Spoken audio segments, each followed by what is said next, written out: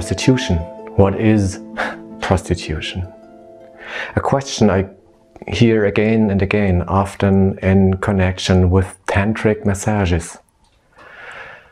Is a tantra massage a form of prostitution? To answer this question, I have to go back much further. To me, prostitution is all that which people are doing just for money or profit, and without which they would not do it at all. And in this sense, there are, surprisingly enough, whores who do not prostitute themselves. And I personally know one of those. She chooses her clients who need to literally apply to her, and she has sex only with those with whom she would like to have sex anyway. And she once told me, you know, Dirk, I think it's so great that these men give me money for it. Because of that, I do not have to do the kind of work I hate. For example, working in the office or as a hairdresser. Yeah, she is a whore, but she's not a prostitute. She likes sex and enjoys it, and she earns her money with it.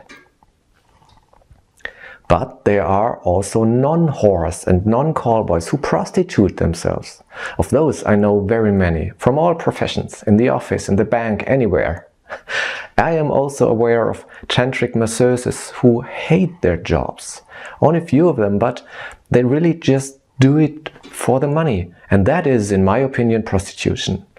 And I also know tantra massage therapists who love their jobs. And it even happens with some of them that they sometimes have sex with their customers, simply because it feels right. No charging for it or by declaring it before the massage. That is for me no prostitution. And for me the word prostitution doesn't imply any rating at all.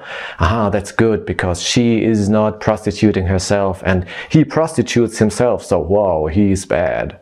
No, it is simply a neutral observation where one is standing in his life, in love and freedom, or in fear and dependency. So, what about you? If you had €1 million in your bank account, would your life be any different from how you now live it? What would you continue to do and what not?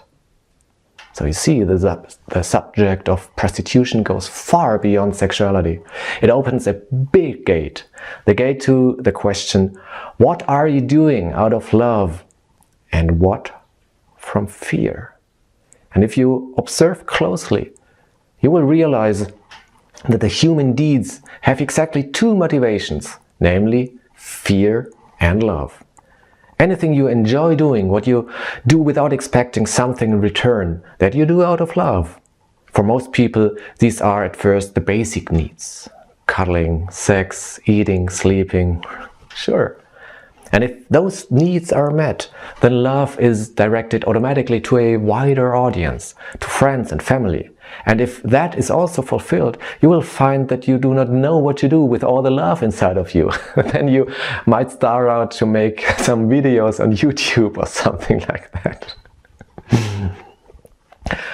Well, and everything you do in anticipation of something in return, whether consciously or unconsciously, that's one does ultimately out of fear. Fear of loss of contact, loss of sexuality, food loss, loss of protection or status. There are so many fears. This is somehow our animal heritage, fight or flight, you know. And if you give in to that, that's no problem. Life will still go on, but it will remain a constant struggle. And only those people who are really sick and tired of struggling will find the courage to turn to love. Not because they expect to gain something from it, but simply because more and more the inner knowledge awakens that living this way is a blessing for you and for other people. Try to observe it today, if you like, where you do the things you love and also where you act in anticipation of a return. Money, power, false harmony, whatever. And then take a look, if you dare, what effects the one and the other has in your life. With lots of love, Dirk Liesenfeld.